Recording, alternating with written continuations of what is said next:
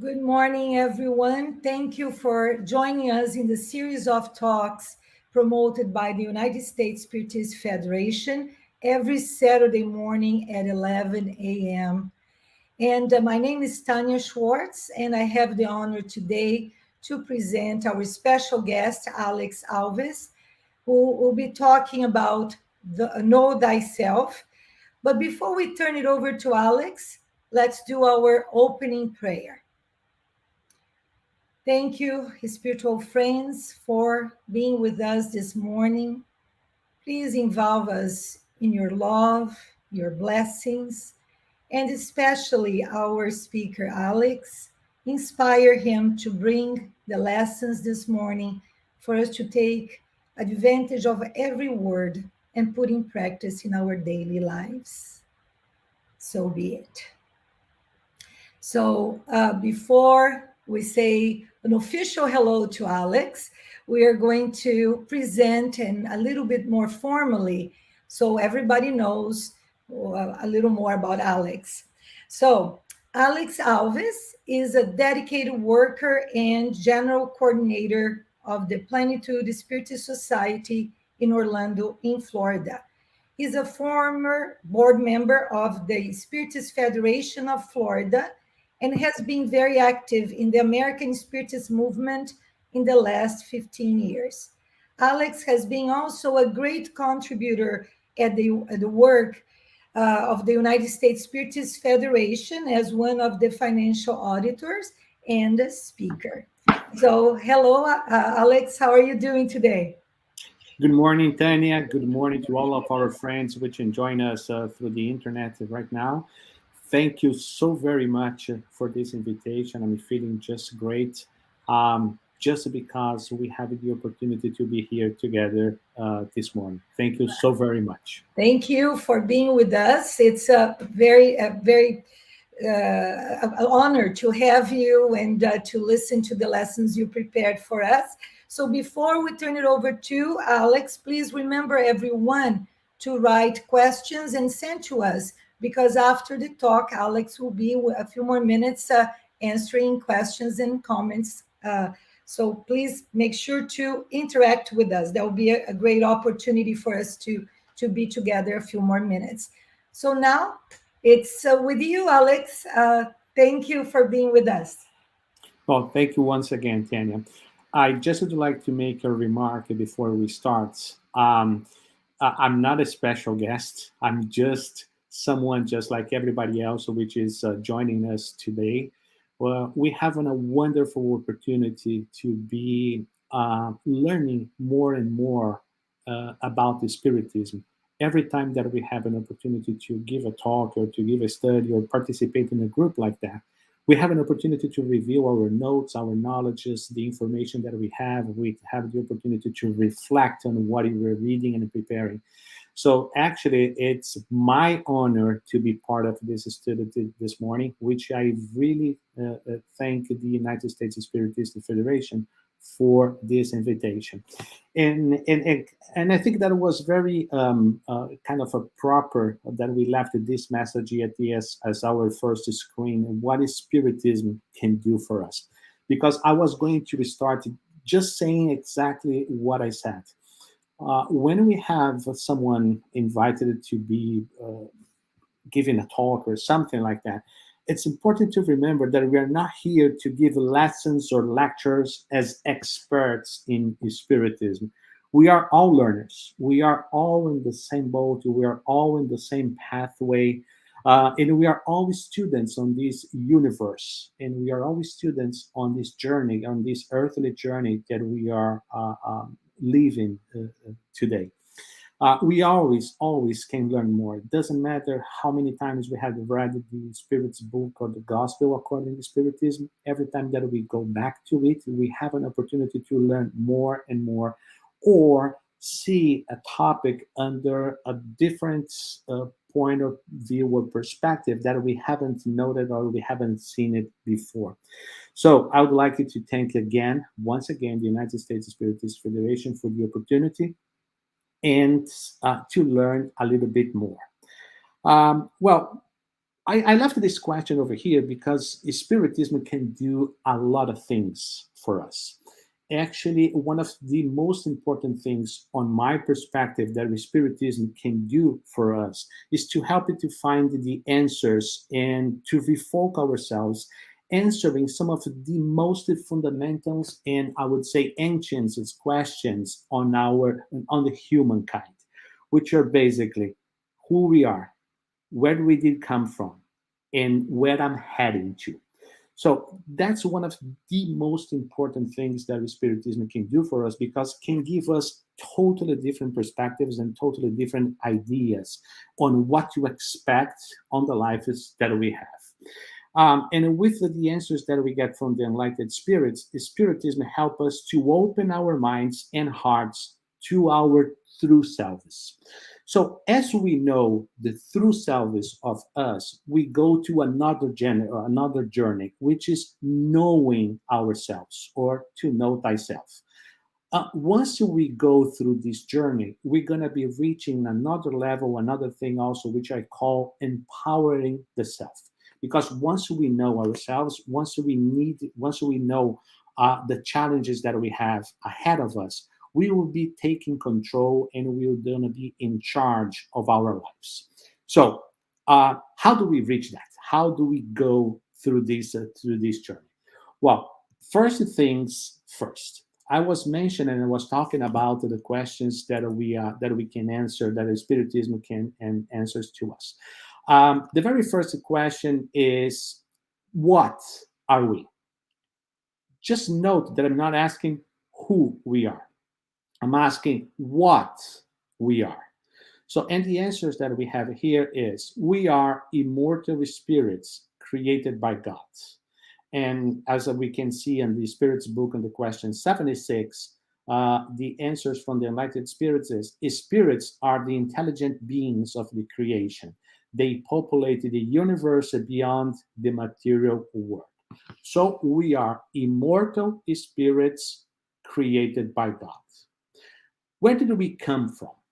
Well, at the beginning, we came from God. We were just created simple and ignorance over here with a lack of information, lack of knowledge. Totally pure, with no wrongdoings, no mistakes, no nothing. So at the very beginning, we came from God. As of today, where did we come from? We came from our previous experiences from the past. So we are today, and we represent today what we have done and learned in the previous existences and the previous lives that we had before. So today, we are the results of our own experiences and what we have lived before.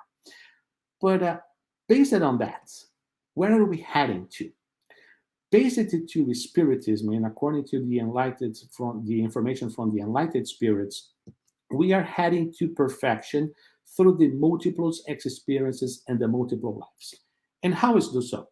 Well, once we learn, according to Spiritism, that Jesus is the role model that we can have for our lives, that was the most perfect being that ever stepped foot on this earth, and we have him as our role model.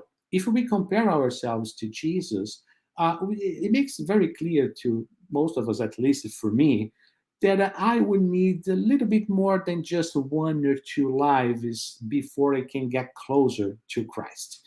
So, as we find out in this perspective, in order to reach the perfection that Jesus is, God is expecting from us, and gave Jesus as the role model, we will need to live through different and several incarnations again until we learn all the things that we needed to learn. So, as we are heading to perfection, in order to be just like Christ, we will have to live different experiences again in order to live or to learn everything that we needed to learn. So this is the basic things, or the very first things that we can learn first with the Spiritism. So, is that too much complicated once we start to think like that? Well, actually, it is not. It makes a lot of sense. It makes a lot of sense because explain the differences that we have. why am I like this? And my wife, my son, somebody else, and my coworker is a totally different way. Why I am like this, and my brother that came from the same mother and father and was raised exactly in the same way, it's a totally different person with different values and different ideas, because we are different persons. We have different experiences, and we have through lived through different things before, which makes each one of us totally different. So once we understand that this concept that we were created ignorant, that we are living the experiences that we lived before, and we are going through the evolution pathway, that explains why we have so many differences between all of us. It also explains and gives us a totally different perspective and help us to understand the reasons and the whys for our sufferings and our struggles, and as well for the differences of opportunities that we have. As each one of us is living in a different way towards perfection, each one of us have a specific way that we needed to go, some lessons that we needed to leave. Some of the struggles that we have, it can be explained as the trials and atonements that we go through, to see how we're gonna be using our free will towards those experiences. So spiritists, we spiritists, we love to say that we are on this earth, on this life to suffer, because I was so bad in the past, I had so many mistakes, I'm paying all of my debts right now and everything, and that's not just true. It's just impossible to be paying off all of our debts just in one incarnation. We wouldn't be strong enough to do that. Most of the struggles that we have, it's not because we are paying our debts from the past. Most of our struggles are just experiences that we are living through to see how we're going to be using our free will. So as we live with different ideas and we live in on different environments for each one of us must go through different experiences, and we are going to be testing how we are using our free will. So if I'm going for some kind of a struggle and problems on my life, how am I going to be living this? Am I going to be complaining and blaming God for everything that is happening to me? Or am I going to use that experience to practice the patience, the tolerance, the faith, and put my mind into work to see how I can get out of that situation? So that's the way that we're going to be learning. The way that we use our free will explains a lot what is going to be happening in the future. So as we see all of this and we have a totally understanding about that, and now what happened? We understand that these different lives and perspectives that we have explains the differences, gives us a better understanding on the reasons and the why we suffer and why we go through so much struggles. So, and now what? As we understand, we place us in control of our lives. And how do that so? How it places us in control of our lives? Well, place us in control can be interpreted by a very fashionable term that we use it today a lot, which is called empowerment. And how is that? Because we get to know what we are, not immortal spirits on the path of evolution. Then we learn through the use of free will, and we reap the consequences, good or not, that we do with the use of this free will. Whatever I'm doing right now will place me in control what I can get in the future. So if I do understand that what I'm doing today, what I'm reacting today are the consequences of my use of the free will in the past, if I know that whatever I'm doing today, I will be reaping the consequences in the future. So what kind of consequences do I want to reap in the future? Do I want to collect the good consequences or bad consequences? In order to collect the good consequences, I need to do better things today.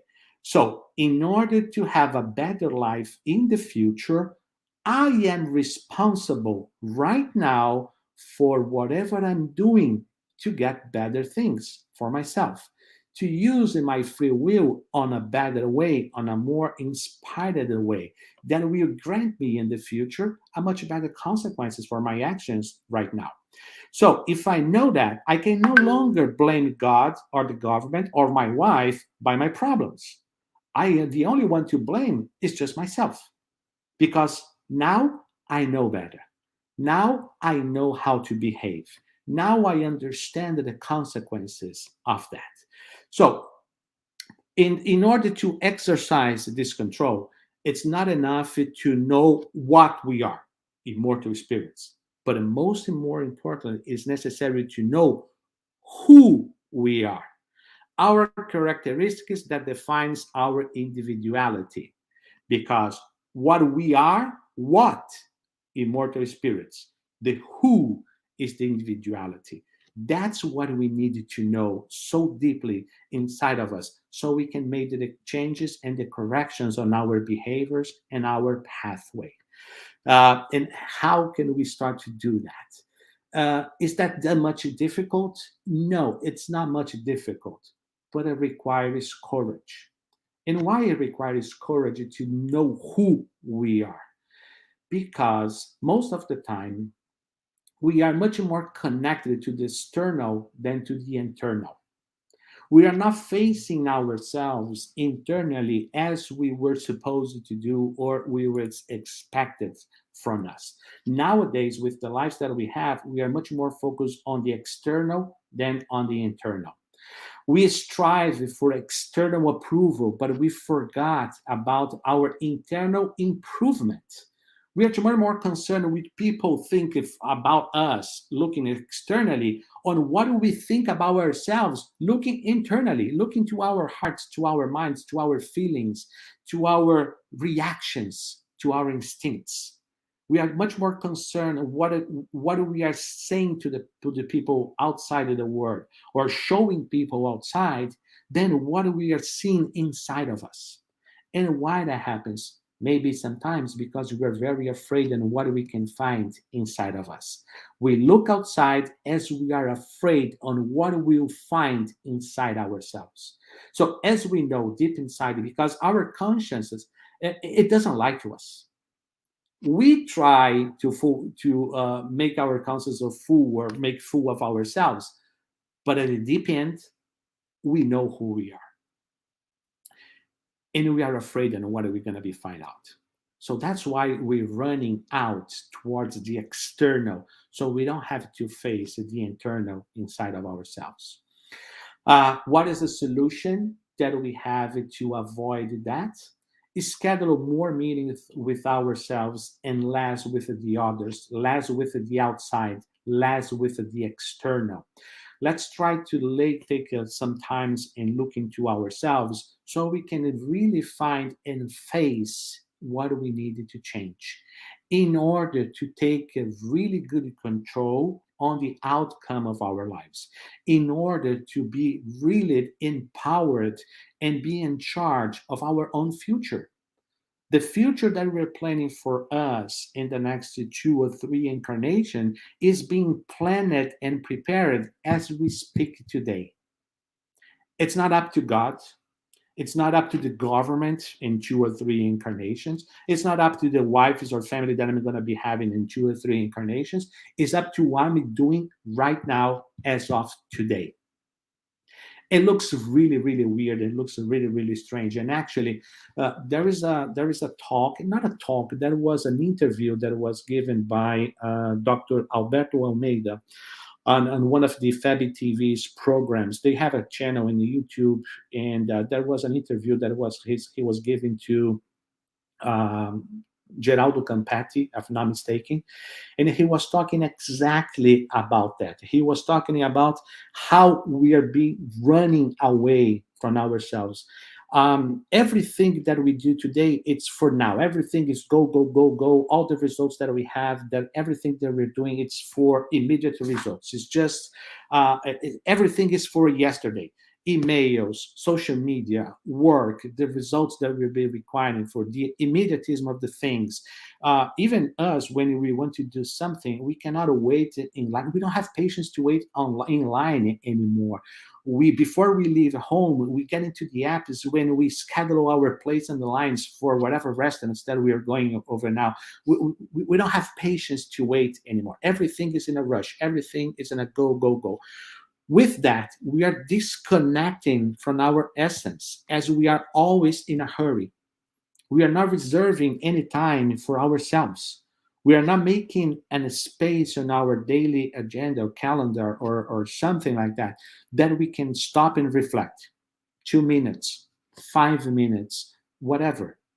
But we are not doing this anymore. We are running away of that. Our life is so crazy, it's so busy that we are in search of something that we will never have.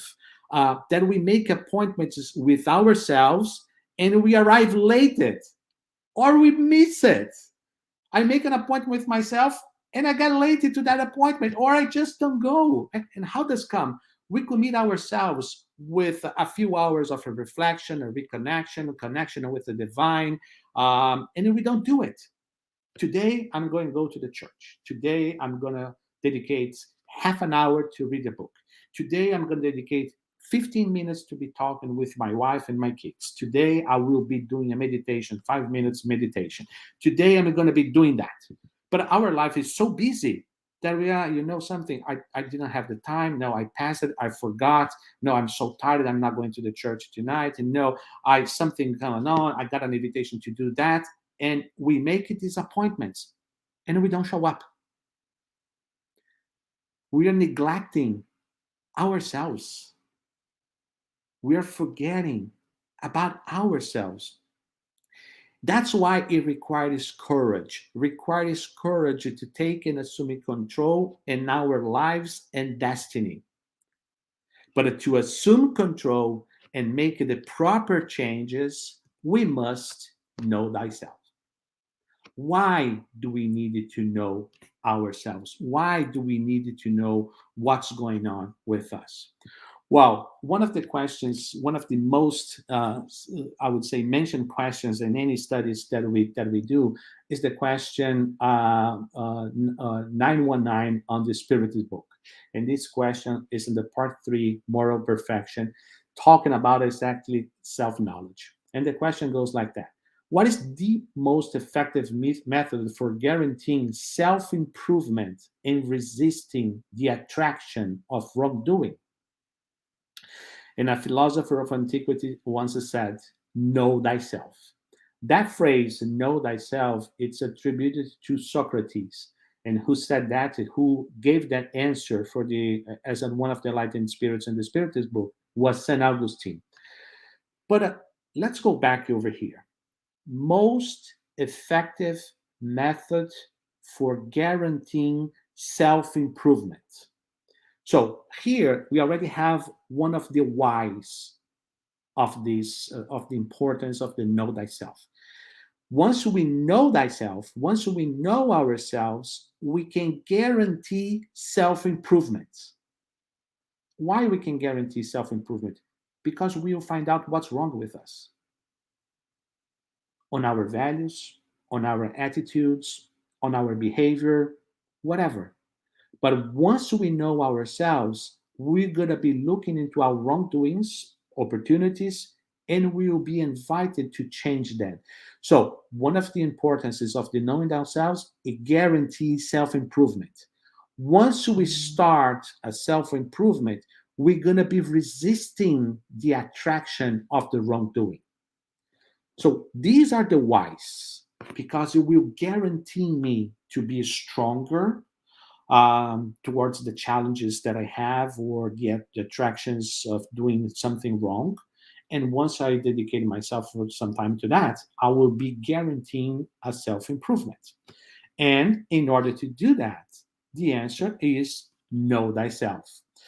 As a complement for this answer, we have a phrase from Giovanna de Angeli that says, self-knowledge helps one to discern between what is useful or superfluous indispensable or secondary to a happy life. So here we know why. I can guarantee my self-improvement. I can resist to any temptations.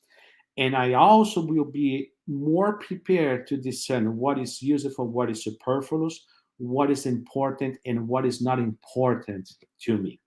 So we understand and we know why should know thyself. But just knowing why, it's one part of the equation. The other part is how.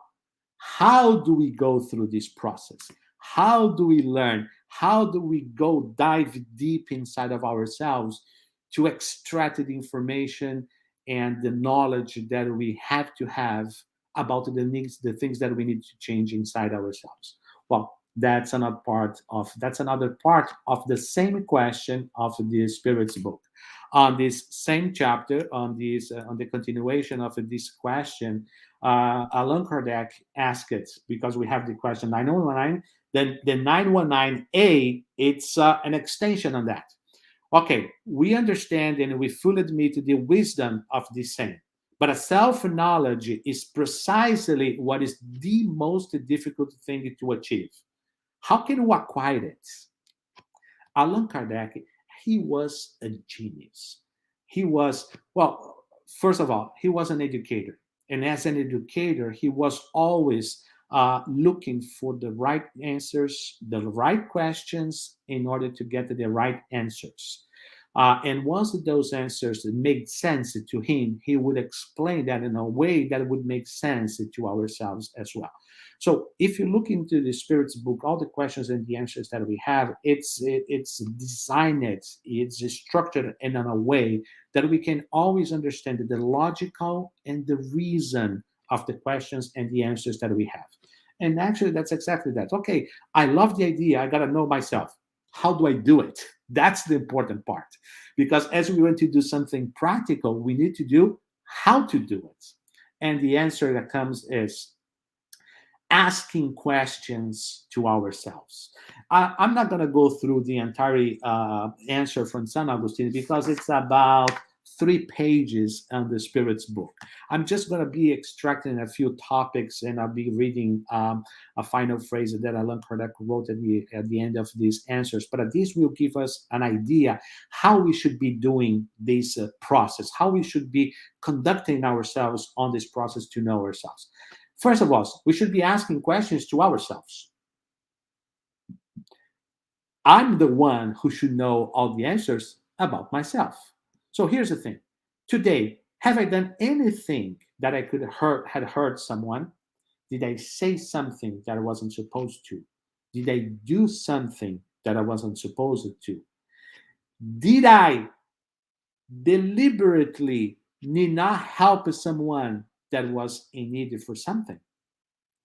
Did I stay in silence deliberately not to help someone? So today, have I done anything that I could have hurt someone? Did I do everything within my power to help or to support someone in need? Did I give 2 minutes of my attention to someone that was looking sad? Did I smile to someone that was servicing me on a store or on a fast food restaurant or something like that? Did I give it some attention to someone that came to me and asked me a question regarding my work and regarding how to do that, or that was needed to do something differently? Did we give myself some time and support that for someone that was in need? Actually, we should be asking questions to our friends and to our enemies. The friends, they will give you nice answers, but the enemies, oh, they will answer exactly what you were asking for, and they will go deep on it. They will be saying exactly what we need to learn. Actually, our enemies are the most precious friends that we can ever have, because they will tell us things in our face that we needed to listen, that we needed to know, that we needed to face without being afraid of that. If we have a very close friend, a very dear friend, and we ask these difficult questions, maybe kind of afraid of hurting our feelings or damaging our relationship, our friendship, or something like that, they might, not giving all the answers or not exactly what we would need to listen. But our enemies, oh, they will answer. They will tell us exactly what we need. So before we get angry or mad to our enemies, let's listen to them because they have what we needed to listen and what we needed to know. How do we get that? It's important to get an external perspective about ourselves. One thing is how I see myself. The other thing is how my wife sees myself. It's a totally different thing. I see that I'm a nice guy. I'm always contributing. I'm always willing to help and everything. And my wife says, no, forget about it. You don't do the dishes. You don't help me with the kids. You don't do that. I asked you this and you just forgot about what I'm saying. But our idea that we make on ourselves, it's totally different from the idea the other people says. It's important to get this external perspective from other people as well. Uh, it's important also to analyze our reactions towards somebody else or somebody else's actions. So if you see someone acting, did something in the street, oh, if I was in his place, I wouldn't be doing that. Or how other people will see our reactions. So we did something to someone that we had the best intention whatsoever, but that person didn't see like that. That person saw as an intermission, saw something that we wasn't supposed to be doing. It is important to analyze. It's important to see all of somebody else's perspective as well. It's important that we ask our questions, especially about these. Did I help everyone that I had the opportunity? Did someone to that I could have hurt someone? This thing. These are analyses. These are evaluations that we do on our daily things that we can answer ourselves. We know if we go back on our day and we look into everything that we did with the people that we were and the things that we did and the things that we said, we know exactly if we did something wrong or not. And we can act immediately to repair or to redo whatever we have done wrong. Or we can come at the end of the day and say, well, I had the opportunity to talk with these people. I had 5 minutes to give for this one that was in need. I was able to help that person to accomplish some kind of tasks that he had at work or something like that. And I was able to help someone. So these are things that we need, that we can do. But these conversations that we had with other people as well, they are important to get somebody else's perspectives and ideas and what we have to do. After St. Augustine gave a 3 pages answer on this question, Allan Kardec just wrote as a part of his analysis on that. Many faults that we commit pass by us unnoticed. We do the things wrong and we don't even pay attention. We don't even notice. In fact, following the counsel of St. Augustine, if we would interrogate our conscience more frequently, we would see how often we fail without noticing by not having scrutinized the nature and the motive of our deeds. So, if we establish this as a daily routine, um, we're going to start to pay more and more attention on what you're doing and what you're saying on a daily basis. So, if we would interrogate our conscience more frequently, we would see how often we fail without noticing. But this is the good thing. Once we start to pay attention, the failures was going to start to be less and less until we can dominate and control ourselves. So once we know the why I should be knowing ourselves, why I should be knowing thyself, and how we do it, of course, we're going to start to collect the consequences and the results of this new behavior and its new ideas as well. It's important that and this is also very, very important that we have it very clear in our minds. Everything that we do towards our evolution, towards our progress, towards our evolvement, will bring us a good consequence and a good result as well. So as we go through this process of knowing ourselves, what are the consequences and the results that we can reap for ourselves immediately, not from 2 or 3 lives from today, but right now. Um, One of the consequences is we're going to be redefine our purpose and values. Once we find what's wrong inside of us, what we need to change, we're going to be having new values and new purposes for our lives.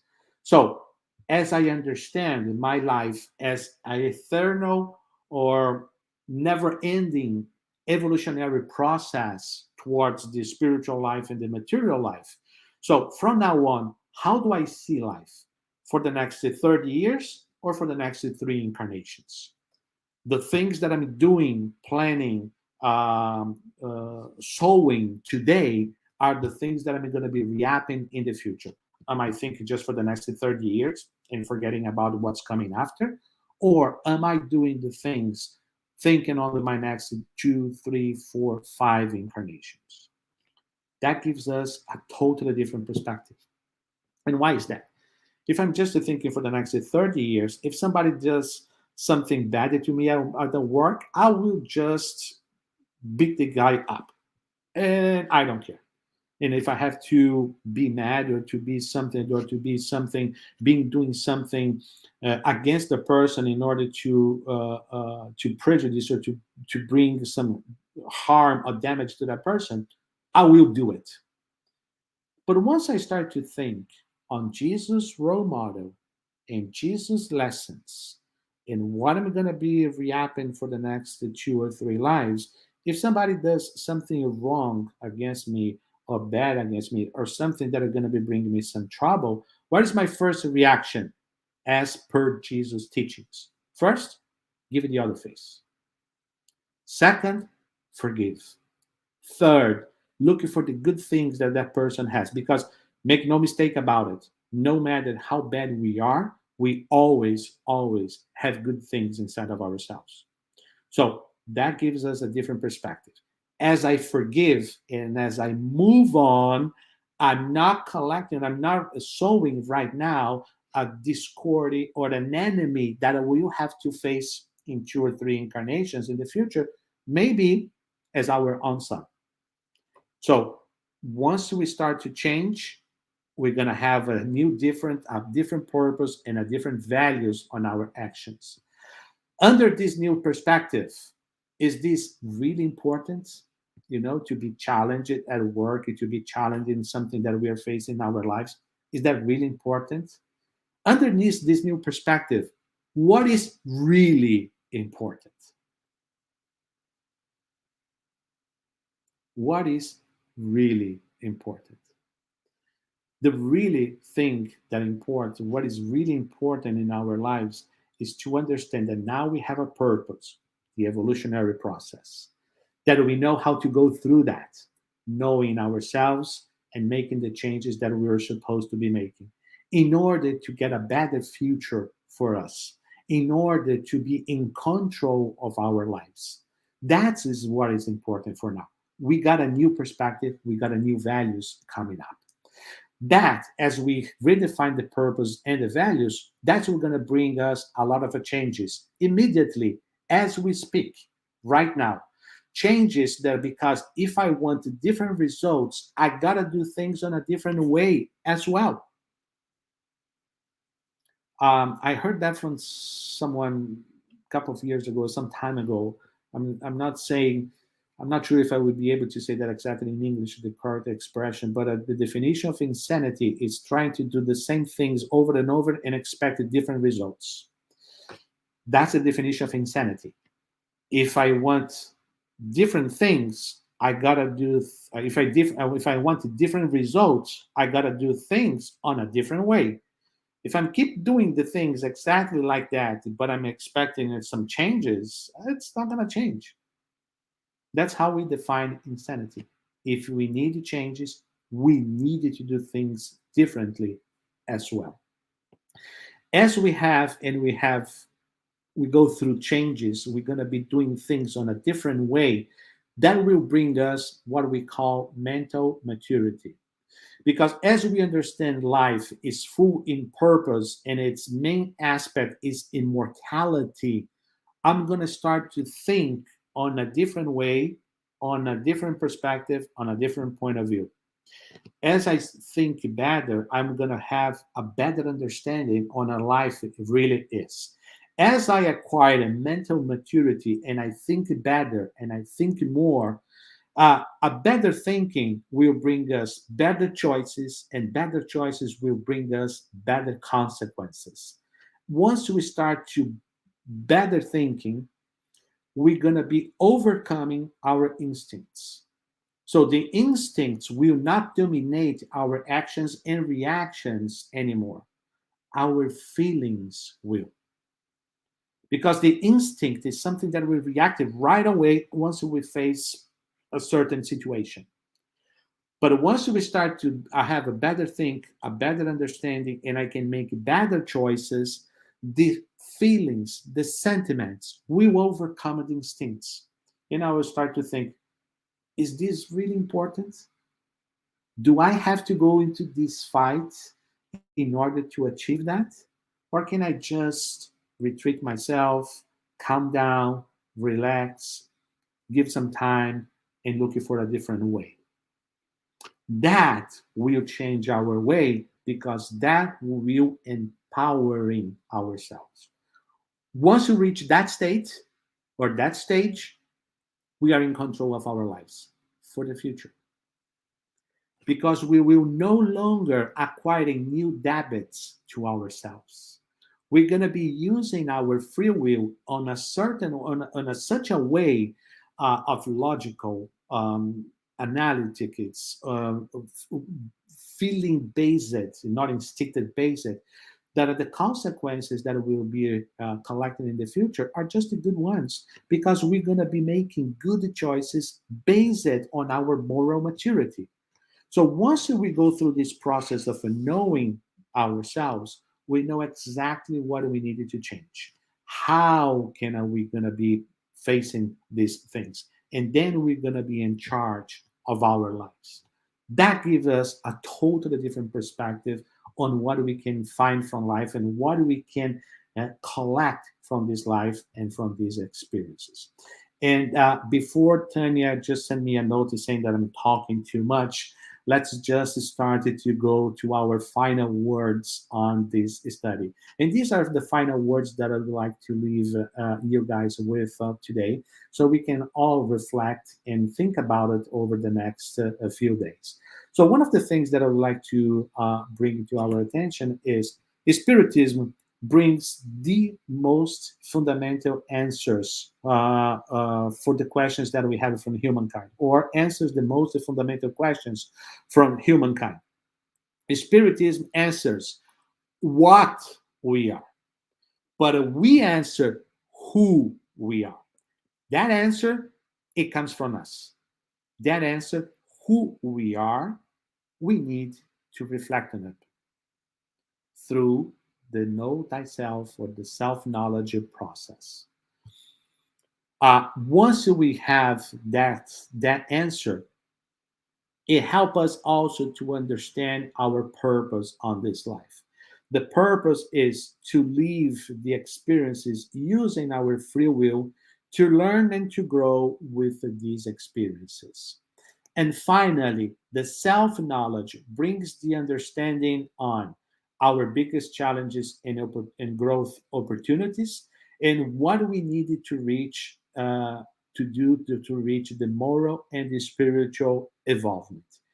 Ultimately, brings the harmony between feelings, sentiments, desires, and realizations. We know what to do, and as we know what matters the most.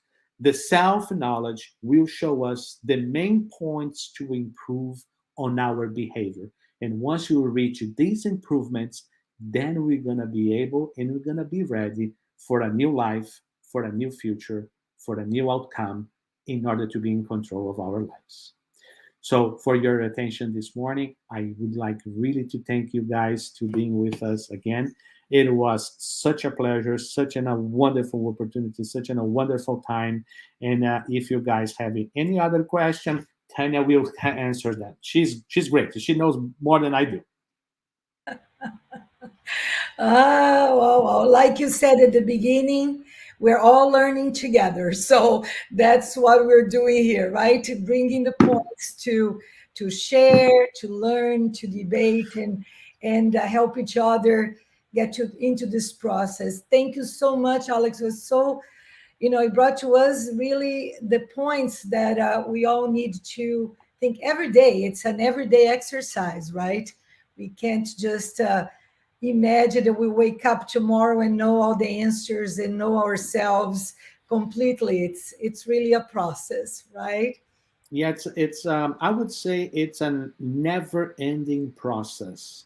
In the way that we are today, in the level that we have today, I would say that we need to dedicate ourselves more and more to understand better. But once you reach a certain state or a certain stage of knowledge and development, these learning process will gonna be a lot easier. Because how is that, Tanya? Let's just see ourselves. Let's take ourselves and go back to 20, 30 years ago. We had values and actions and attitudes 20, 30 years ago that today we would be ashamed of it. Yeah. We already overcame those feelings and those things. So once we start to learn, it's gonna start to be more. We're gonna be more and more towards the light, towards the good, then towards the shadow and towards the bad. So once we start to going through this process, this learning process will become easier. It's gonna be a lot harder right now to start, but once we start and we start to achieve more knowledge, we're gonna be more towards the light than we were towards the shadow, and then it becomes easier. Mhm. Yeah, that's true. A lot to learn. Could you please, Alex, to stop the sharing? So, okay, got it. Thank you. Uh, yeah, we are going to be having addressing some of the questions from people that are watching. So I'm sure that this and so many other items will be brought up again. So we'll be reinforcing. Okay, so let's see. We got a question here. A lot of things that happen to us seem not to be under our control. How can we feel in control of our lives in these situations? We can feel in control when we control the how can I say that, the the repairs that we have to do towards our wrongdoings. Let's go back to the beginning of the talk that it was mentioned that most of the struggles that we live with, of course we have no control because they are experiences proposed by God to see how we're going to be using our free will. So we still need, at this point, on our word of trials and atonements, we still need those proofs, those tests, those tryouts to see how we're going to be using our free will. So depending on how we're using our free will, we're going to be approved for the lesson, or we're going to have to be leaving that lesson again. So these we have no control because these are the trials of life to see how we're going to be using my free will. That's one thing.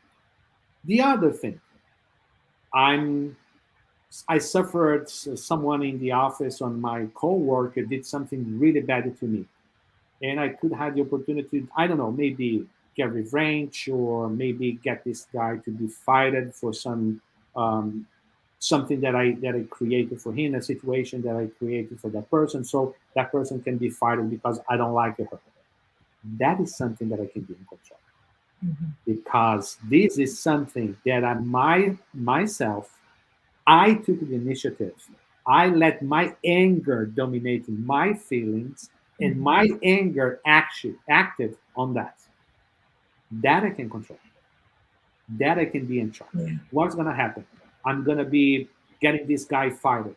Let's say that he has some struggles with his family. He can't find a job anymore. Most likely in the future, I will have to have this person as my friend, a close friend, or someone that I'm going to be working again. Maybe that person should be my boss in a future life, and I'll have to make the amendments and everything. And he'll have the opportunity to fire me. That's how I gonna can be in control. When I dominate my instinct, and let my feelings take my actions, then I'm in control. Yeah, it makes sense. Let's take care of that. Otherwise, we'll just bring something forward, right? It comes Exactly. later for us to learn. So, better to do it now to control ourselves and our actions and reactions too, right? Very good. Let's see if we have another one. The concept of someone saving us still seems very present in people's lives. Could you comment on that? The concept of people saving us. Well, someone, I guess, the idea of, from what I understand from this question, instead of our responsibility of doing for ourselves, like some beliefs of Jesus as the Savior doing for us, for example, would be saving us instead of Yeah. us. According to Spiritism, no one is relieved from their responsibilities. Whatever we have to face, we will face. The only way that we can, I would say, kind of being easy on the outcomes of these is when we start to do the good things towards the other, when the charity and the love starts to prevail in our actions, when we started to cultivate more charity and love towards other people than towards the hate that we can develop against some kind of situation or something like that. So if I did something wrong, I will have to react to consequences. Jesus or whoever is not going to be avoiding me to face that consequence just because he loves me and he's Jesus. And you say, no, Alex, I like you. I'm not going to let you be fighted by the guy that you fighted in the last incarnation. I like you, so I'm going to protect you. No, the only way that I can avoid that situation is if I'm a so charitable person, a so lovely person, that I'm so concerned in helping other people that I create enough credits to pay off that debit. But I had to do something. I had to be more charitable and I had to understand that love prevails always in order to avoid the consequences of that action. Not because Jesus saved me, not because Jesus avoided the consequences, because I did something. If that was so, what is the justice in that? We go to church pretty much every day. We have several religions out there. Let's just put out there on a rough number. 3 billion people visit the church every Sunday. So all 3 billion people will be forgiven for all their mistakes just because they go to the church. That doesn't make any sense. In kind of if you understand God as the supreme justice, as the justice supreme that we can get from somebody else. If we did something, we have to react to the consequences. The only way that we can avoid it, if we do enough good towards other people, that we can create enough credits for that, so we can avoid the consequences. We need to follow his example, Jesus' example, and then save ourselves, right? Exactly. That's it. Not But that's what I was saying at the beginning. So we are empowering ourselves once we take control in our lives, that we make our feelings dominate our thoughts and our reactions instead of our instincts. Then we are in control. We are not accumulating any more debits for the future. yeah. Are we going to still be living through some trials and atonements? Yes, of course. We have a long way to go. But trials and atonements are just that. Trials and atonements are not punishments, are not situations that are created in order for us to redo our wrongdoings from the past. Mm-hmm. Very good. How? Yeah. Let's see. Let's see if we have more. Let's see if we have more. We'll have people ask for patience. Yeah. Patience is not a pill that you buy in CVS or Walgreens. No. In order to get patience, you gotta live situations that will require the patience from you. Mm-hmm. Yeah. That's a trial. Those That's are the something that we trials. still have to go. It's not a punishment. It's just something that we need to go and live through. Very good. Yeah. Let's see if we have more. Let's see. Okay, from Paul Jacobi. Okay, so let's see. It says we need to control the little decisions as well as what we feel inside. The question I have, here's the question, is the seeming paradox between our exercise of free will and our goal of fully trusting in God. Let's see. Paradox between our exercise of free will and our goal of a fully trusting in God.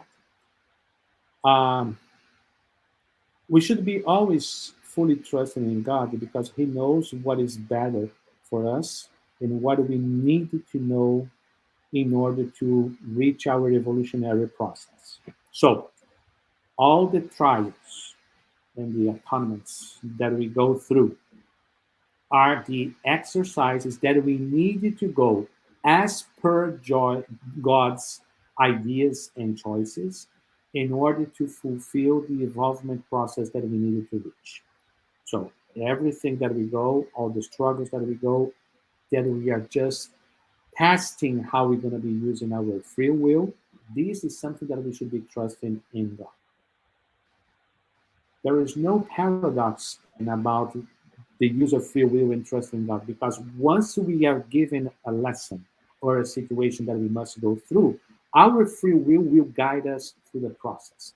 I can just face it, live with that, and overcome it, or I can just blame God and try to get mad and blame everybody else and transfer responsibility for some other people and try to avoid that situation. It's my free will. How I'm going to be facing that, it's up to me. Another thing that we needed to make a distinction over here are the situations where we are invited to use our free will. Once again, I was explaining about the patience. That is something that we don't buy at CVS or Walgreens. I wish we could, but we don't. So we gotta face and live the situations where our patient will be trained or required. But I have a coworker that got me fired. What is my free will? What is by based on Jesus' teachings that I should be, how I should be acting over here? I have my free will that I could just react, get mad, and get in a way that that person can be fighting as well, or doing even worse towards him or his family. So I can take the justice and the revenge on my own hands, or I can just forgive, forget, move on, and leave it up to God how He's gonna be charging that person back. It's not up to us. We have the intention, we have the idea that justice should be taken in our own hands. In situations like that, we should be leaving that to God. He knows better than us. That's an option that we have in our free will.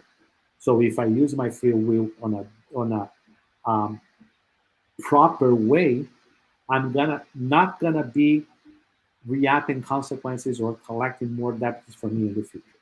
Not sure if I could Yeah, explain I myself think clearly. that what you said, no, it makes sense. The point is that's why we are all studying and understanding the laws of God, what we're going through, like Jesus' teachings. So once I know, those are the baselines for us to make the decisions on the use of our free will. We can do whatever we want to. We can use our free very badly, right? But the law of cause and effect, it's there. So it's not God punishing. It's not that's why, like you said, there's no paradox. I trust God because God gave me all the basis for me to make the right decisions, right? If I make bad decisions, I will have consequences, but that's the way uh, God trusts us so much that lets us make the decisions. That's the big point, right? And just let's pay attention and understand what the baselines are. That's That's what I think. that's another point, which is invite us to fully and truly trust in God. Jesus said, "We don't have on our shoulders anything heavier than we can carry." So if you were going through a situation or if you were living a specific situation, that's why we're prepared for that. If we weren't, we wouldn't be going through. Yeah. And also the moment that we understand, like you said, we had previous experiences. sometimes the way we look now, something we don't explain, it's hard to understand why. We know the mercy, God is merciful and all goodness. So what is happening has to be fair. It has to have a cause, right? So once we see that, we also have more the strength to ask for the help of God in patience and faith and move on. Very good. So let's see if we have uh, any other questions from Luis. In your view, how should the spiritist react to physical violence to himself and to others? Um, I would first try to protect myself, but not to react towards any kind of violence. The reaction will provoke any more deeper and more profound consequences into that. One of the things that we should be concerned, of course, is in our protection. So if we are being attacked with violence or something like that, first, can we protect? Can we run away? Can we move out of that situation? um, uh, Even to ourselves or towards others. And so we should be acting in order to interrupt that. If it's not possible, just move out and move it away. Um, the Unless we are in clear dangers of that our life is in danger, we shouldn't be reacting to any kind of these violences whatsoever. But again, it's also said and done. I Yeah, never lived an experience like that, so I don't know if I see my kids or my grandkids being attacked, how I would be reacting. yeah, yeah. That's a tough one. Good Yeah, question. Yeah. theory is one thing, practical it's another one. Yeah, because we need also, like you said, to preserve our lives. Obviously, the defense to our lives is a major thing. Yeah, Not for going to violence just freely as if that was a normal thing, or especially the society sometimes have that idea that if we don't react violently as well, we are cowards. So for that reason, that's not a good reason just to react to make it even to the other person, right? Very good. Let's see, keep going. How do we separate the idea of analyzing others in order to learn versus analyzing them, others, right? In a way we are actually judging them. Fine line there, huh? well, actually, I will transfer that question to Dr. Alberto Almeida. He's going to be much better than me to analyze that because that goes deeply into the psychological side, and I'm not prepared to answer that question. Gotta be Yeah. honest. Yeah, it is a fine line, judging Yeah, others. I mean, it feels to me, I mean, if I can risk a little, point of view, just thinking of if I'm looking at something in order to learn for myself, that's one thing. Another thing is to point fingers, right?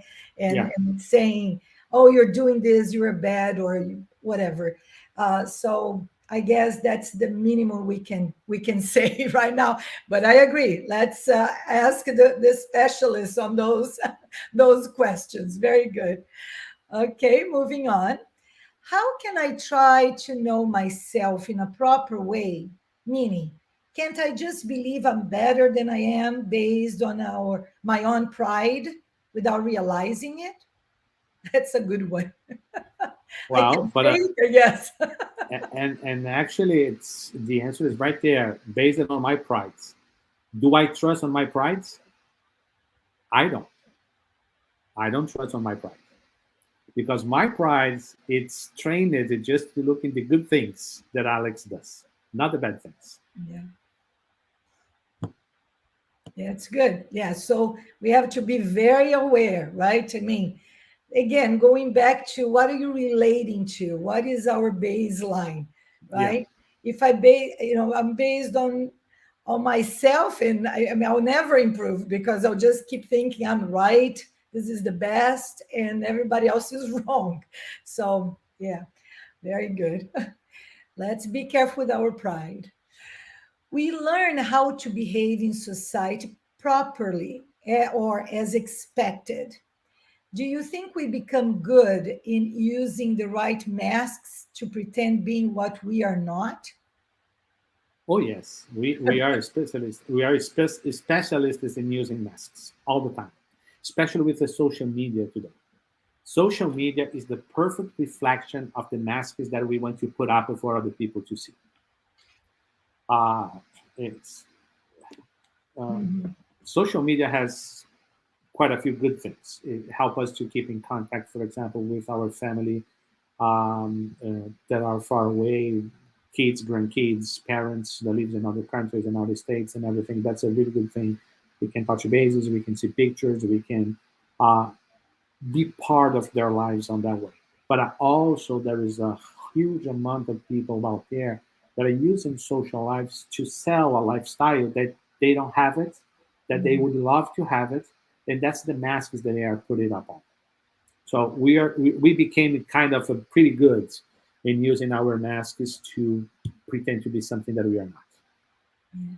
So that goes, when we talk about those masks, it's very interesting. Or we learn the behavior, right, that we are supposed, and sometimes we pretend to ourselves that we are a good person. I mean, we are acting as expected, right? So it is a big challenge, right, Alex, to really learning how to know ourselves, really asking those tough questions to ourselves, and also to accept that we are not there yet, because our pride sometimes uh, won't let us, right? It's kind of it's major to be able to to decide that we are still learning some things. It's like you said, it's you have to be very courageous to really ask the right questions to ourselves and act on them, because sometimes I see situations where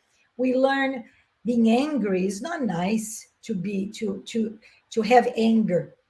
And then sometimes we it's easy for us to just mask to ourselves and say, no, I cannot be angry, that's not good, instead of, why am I getting angry at that, right?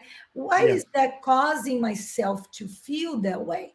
And having really analyzing that, and then working in that direction, right? So for me, that was a good example somebody else gave me once, and got stuck in my mind, that getting to know ourselves in our reactions are the good times for us to understand how to move forward in our involvement, right? yeah, Okay, it's exactly like that. very good. I think we have another one. Very good. Maybe it is our last one. It is so easy to get distracted in our material lives. Do you believe some people can go through a whole reincarnation without getting to mental maturity? Oh yes, oh yes. People that are totally, how can I say, disconnected with the reality. Mhm. People that are living on, let's put it this, on a different world. Let's just go back to this social media example that I was talking about. Not all of them, of course. There are good people over there that are doing a great job, but there's a lot of people out there which they are living on a way and a perspective totally out of the reality. They wanted to show up or using masks or put up masks for people to see them on a different way that than they really are. So they didn't reach yet to the mental maturity to be looking for the internal. They are more concerned about the external than the internal. So these people will never reach mental maturity unless life brings them a wake up call. When life brings them a wake up call, everything changes. Because that's another thing that God never ever forgets about us. If we start to deviate too much from our pathway, He'll bring us back. Yeah. But unfortunately, the only way that we have to listen to God is when pain reaches us, moral pain, physical pain, whatever kind of pain. But something will happen in our lives that will bring us back to the right pathway that we should be. So most of us, we see pain as a way to blame God for some problems. No, pain are a very dear friend. They remind us that something is quite wrong, it needs to be addressed and fixed. And once it has been done, we'll be able to reach the mental acuity. Yeah, because we are not just this, we are in this physical world, like you said, in order to learn and grow. If I'm the only thing I'm doing is trying to live in this world as, just my everyday and waking up, going to work and vacation and this and that. I mean, if that's all there is something missing there. And unfortunately, even with the pain, sometimes people are then get upset with God, and it takes sometimes more time, even more than one reincarnation, really, for this wake up call, right, Alex? Yeah. It's complicated. I see that we have some comments, people thanking and being grateful for the talk, and really, it has been very important talk for us. Good, very good reminder, because we need those reminders. Sometimes we get so caught up in our everyday lives, like you mentioned, and forget the real reasons we are here. We're here for. So thank you so much, Alex. It has been very enlightening for us to remember what we need to go through and learn. Think of ourselves in the teachings that we all learn together. Thank you so much. Before well, go ahead. Sorry, Alex. No, I was going to say that again, Tanya. Thank you so very much for the invitation. That was my honor to be part of this study this morning.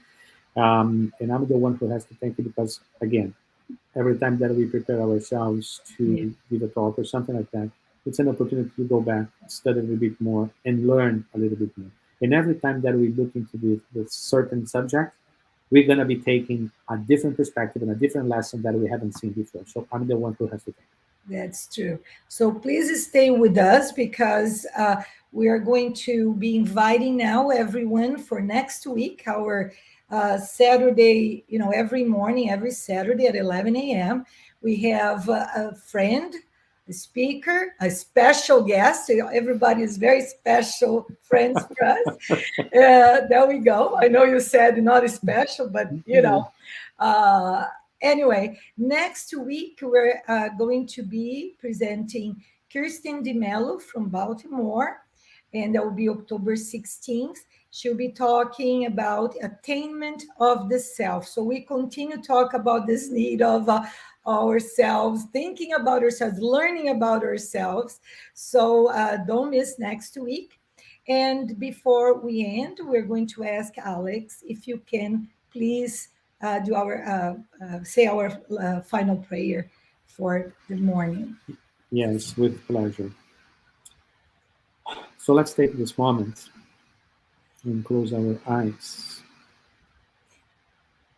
Raise our thoughts to the heavens to say, Dear Lord, our Heavenly Father, we are so thankful for your mercy today. Thank you for bringing us, all of us here together. Thank you for the teachings and the lessons that we just received. May your light shine upon us. Give us the strength that we needed to fight against our own imperfections, so we can be tomorrow a much better person than we were yesterday.